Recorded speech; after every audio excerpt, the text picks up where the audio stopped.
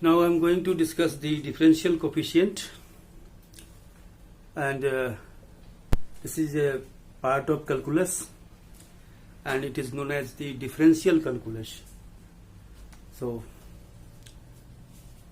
look at this function. Suppose y is a function of x, and if you draw a graph and suppose that graph is obtained in this form, and this is the one variable, that x, and this is the function x, and for a particular value of x, this is the value of x, and this is the value of y, is the function of, this is the value of y, and suppose this point is a,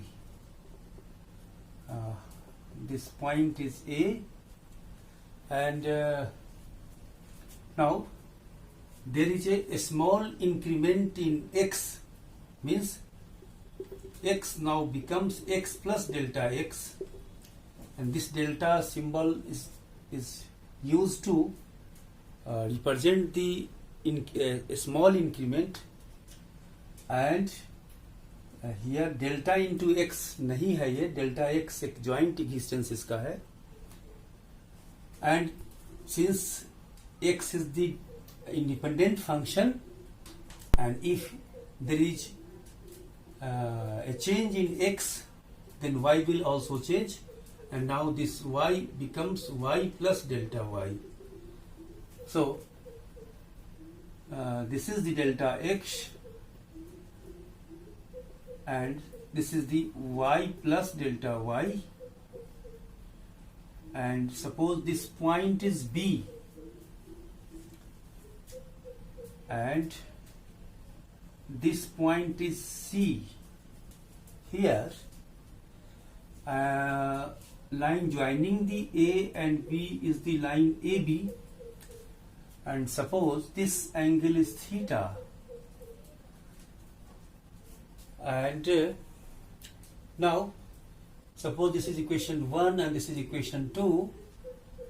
So delta y is equal to y plus delta y minus y, means the value of delta y can be obtained by subtracting the equation 1 from the equation 2, and this is the x plus delta x minus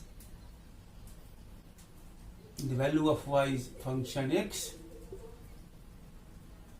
and this is the delta y, and this delta y by delta x means rate of change in y with respect to x, यानी independent variable के respect में y में change होने का rate क्या है, and this is equal to f x plus delta x minus f x by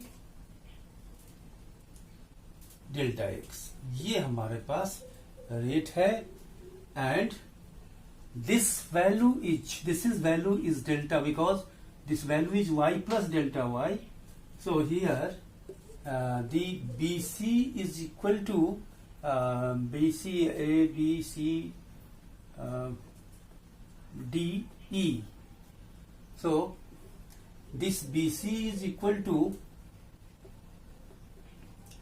BE minus CE, and BE is equal to y plus delta y, and CE is equal to AC, and this is y, so this is delta y.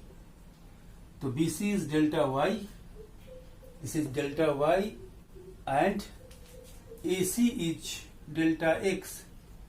Thus this is the value of tan theta, where angle is theta, and this tan theta is equal to delta y by delta x is equal to function x plus delta x minus function x by delta x. and thus we can say that the slope of the line joining these 2 points is known as the average rate of change in y with respect to x. तो ये average rate है, इसका चर्चा मैंने पिछले class में भी किया था। अब हम इसमें एक चीज ये करने जा रहे हैं कि इस डेल्टा एक्स को स्मॉल करते जा रहे हैं। तो स्मॉल करने का मतलब हो गया कि ये छोटा हुआ, तब ये लाइन हमारे ये हो जाएंगी, ये छोटा हो गया तो ये लाइन, ये point B point come at this point यहां आ जाएगा, ऐसे फिर बी पॉइंट यहां आ जाएगा तो ये लाइन होगा, ऐसे और छोटा करते जाएंगे तो एट लास्ट एक ऐसे पोजीशन हमें मिलेगा कि ये एक टेंजेंट हो जाएगा। यानी हम ये बात कहेंगे इसी में कि if limit delta x tends to 0, यानी जिसके रेस्पेक्ट में हम रेट मेजर करने जा रहे हैं वो अगर बहुत मतलब अप्रोचिंग टू 0 है, यानी कि बहुत छोटा 0 नहीं है लेकिन अप्रोचिंग टू 0 है, जो अप्रोचिंग की चर्चा मैंने लिमिट में कल किया था। तो अगर अप्रोचिंग टू 0 है तब ये जो हमारे पास स्ट्रेट लाइन ए बी था वो straight line then A B tends to tangent at A. तब ये जो ए बी था वो क्या बन जाएगा, यहां पर ये टेंजेंट बन जाएगा। तो ये टेंजेंट बन गया, तो यहां हम ये कह सकते हैं कि limit delta x tends to 0 delta y by delta x is equal to limit delta x tends to 0 function x plus delta x minus function x by delta x, and this is the known as dy by dx. अब इसको हम dy by dx कहेंगे। this dy by dx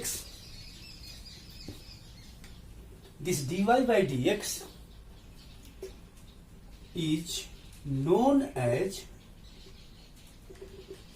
differential coefficient of y with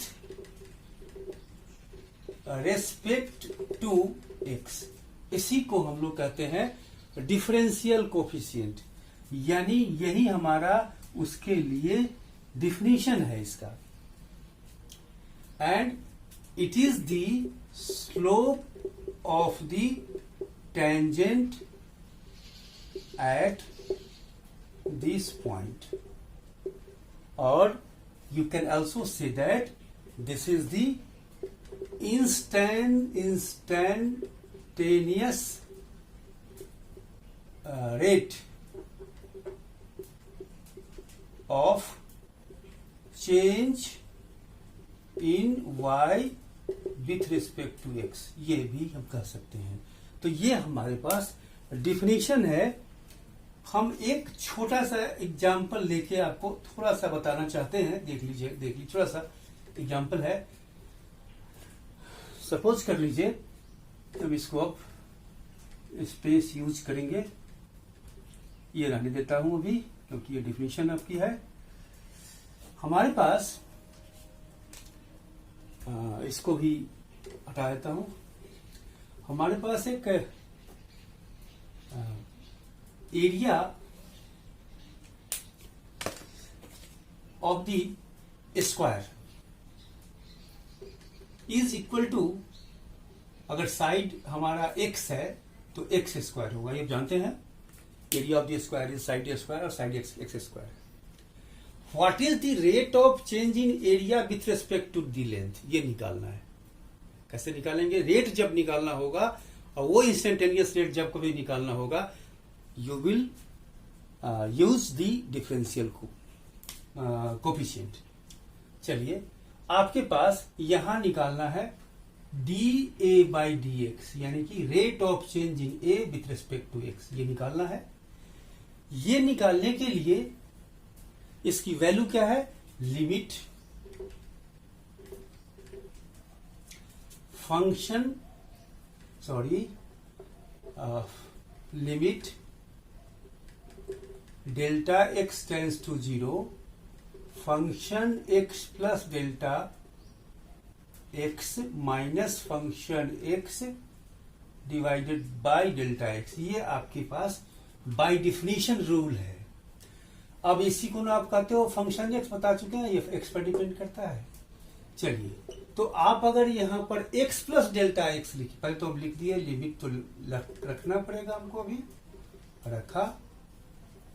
और ये x plus delta x जब रखेंगे तो ये क्या आएगा, स्क्वायर से डिफाइंड होता है, तो एक्स की जगह पर है स्क्वायर हो जाएगा, तो यहां पर लिखेंगे एक्स प्लस डेल्टा एक्स का होल स्क्वायर, फिर माइनस, और फंक्शन इसका वैल्यू क्या है, एक्स स्क्वायर। फिर क्या है, चेंज डेल्टा एक्स, ये डेल्टा एक्स लिख लिया। आगे बढ़ते हैं,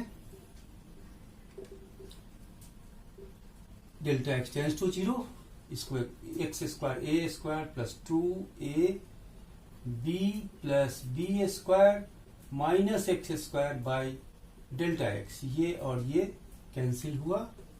limit delta x tends to 0, यहां दोनों में से हम डेल्टा एक्स कॉमन लेते हैं, तो आता है 2x plus delta x divided by delta x, फिर ये कैंसिल होगा। अब हम इस लिमिट को यूज करते हैं कि डेल्टा एक्स 0 हो जाएगा, तो अगर डेल्टा एक्स 0 हो जाएगा तो हमारे पास बचेगा 2x। तो यही होगा, यानी कि जितना आपके पास लेंथ है उसका डबल होगा उसका रेट ऑफ चेंज। याद रखिएगा, देखिए निकल गया। हर बार जितना उसका लेंथ रहेगा, साइड रहेगा स्क्वायर का, उसका ट्वाइस होगा rate of change in area. तो ये हम यूज एक बताए हैं।